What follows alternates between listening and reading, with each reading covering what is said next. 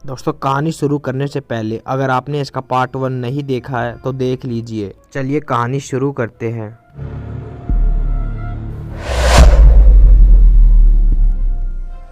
पहले भाग में भूतिया हवेली, जो कि अब बहुत ही पुरानी हो चुकी थी, उसी में सभी परिवार वाले रहते थे। मगर किसी अजीब सी घटना से उनके मन में भरम पैदा कर दिया था। इसी भरम से वह डर के यहाँ से दूर रहने चले गए थे। उन्होंने अपनी पुरानी हवेली को छोड़ दिया था। उनका डर भी वाजिब था, इसलिए वह सभी अपनी नई हवेली में चले गए थे। जब उन्हें गए काफ़ी समय बीत गया तो उनके दोनों लड़के, जो कि बाहर ही पढ़ते थे, आज वापस आए थे।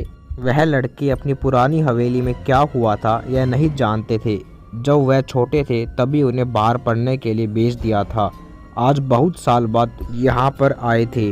जब वह अपने घर पहुँचे तो उन्होंने देखा कि वहाँ सभी अपनी नई हवेली में आ गए थे। फिर उनके पिताजी बोले कि अब वहाँ पर मन नहीं लगता था, इसलिए यहाँ पर आ गए हैं। यह बात अभी यहीं पर ही पूरी हो गई थी। अगली सुबह ही दोनों भाई उठे और उन्होंने अपनी पुरानी हवेली में जाने की इच्छा रखी, जबकि सभी ने वहां पर जाने से मना कर दिया था और यह भी कहा गया कि कोई भी अब वहां पर नहीं जाएगा। दोनों भाइयों को यह बात बहुत अजीब लग रही थी, क्योंकि उनका मन था कि वह अपनी पुरानी हवेली को देखे, मगर कोई भी नहीं जा रहा था, इसलिए वह भी नहीं जा पाए थे। कुछ दिन बाद उन दोनों भाई के लिए एक रिश्ता आ गया था, इसलिए उनके पिताजी ने इसी साल उनकी शादी करने का फैसला लिया था। अब वह अपनी पढ़ाई भी पूरी कर चुके थे और अब उनका व्यापार बहुत अधिक फैल चुका था। एक दिन दोनों भाई यही सोच रहे थे कि हमें एक बार तो अपनी पुरानी हवेली में जाना चाहिए, मगर बड़े ने मना कर दिया था, इससे शायद पिताजी नाराज हो सकते हैं। लेकिन बहुत कहने पर दोनों भाई वहां पर चलने के लिए तैयार हो गए थे और दोपहर के समय में वे वहां से चले गए। जब वह दोनों वहां पर पहुंचे तो अब उसकी हालत कुछ ठीक नहीं लग रही थी, क्योंकि बहुत साल पहले ही हवेली को छोड़ दिया था। आज उसकी हालत ठीक नहीं थी। वह अंदर गए थे, मगर उन्हें कुछ अजीब महसूस हो रहा था। उस जगह पर बहुत ठंड थी, बाहर बहुत अधिक गर्मी थी, लेकिन वहां पर सर्दी का एहसास हो रहा था।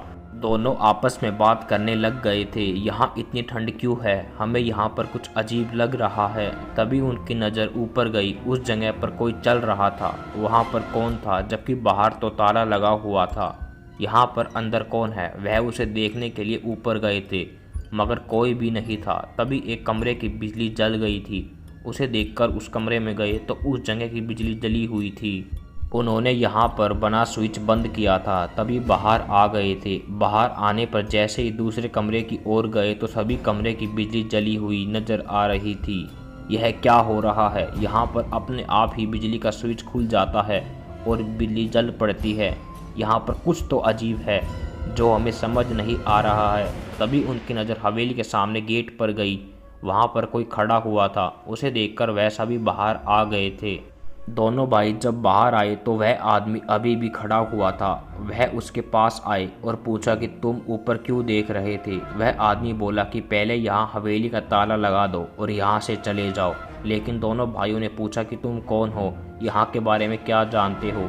तभी वह आदमी उन्हें अपने साथ कुछ दूरी पर ले गया था। उसने बताया कि वह यहाँ पर बहुत ही पुराना नौकर था और उस रात उसने नौकरी छोड़ दी थी। वह रात भी बहुत अजीब थी। उस रात बहुत दीपक जलाए थे, मगर कोई भी दीपक जल नहीं रहा था। उस दिन भी बहुत अजीब लग रहा था और वही दिन था जब मालिक के पैर में चोट आई थी, क्योंकि वह अचानक ही गिर गए थे। उस दिन के बाद हवेली में कुछ अजीब ही हो रहा था और अगले दिन ही सब लोग यहाँ से चले गए थे।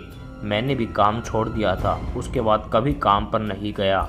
लेकिन यहाँ रात को अचानक ही बिजली जल जाती है और कोई चलता हुआ नजर आता है। क्या आपको कोई नजर आया था? वह दोनों उसकी बात पर यकीन करे या ना करे कुछ समझ नहीं आ रहा था। वह कुछ भी मानने को तैयार नहीं थे, मगर एक बात यह थी कि वहाँ पर कुछ अजीब तो है जो कि समझ नहीं आ रहा था। वह आदमी पूछने लगा कि तुम कौन हो। वह बोले कि कुछ दिन पहले ही वह शहर से वापिस आए हैं।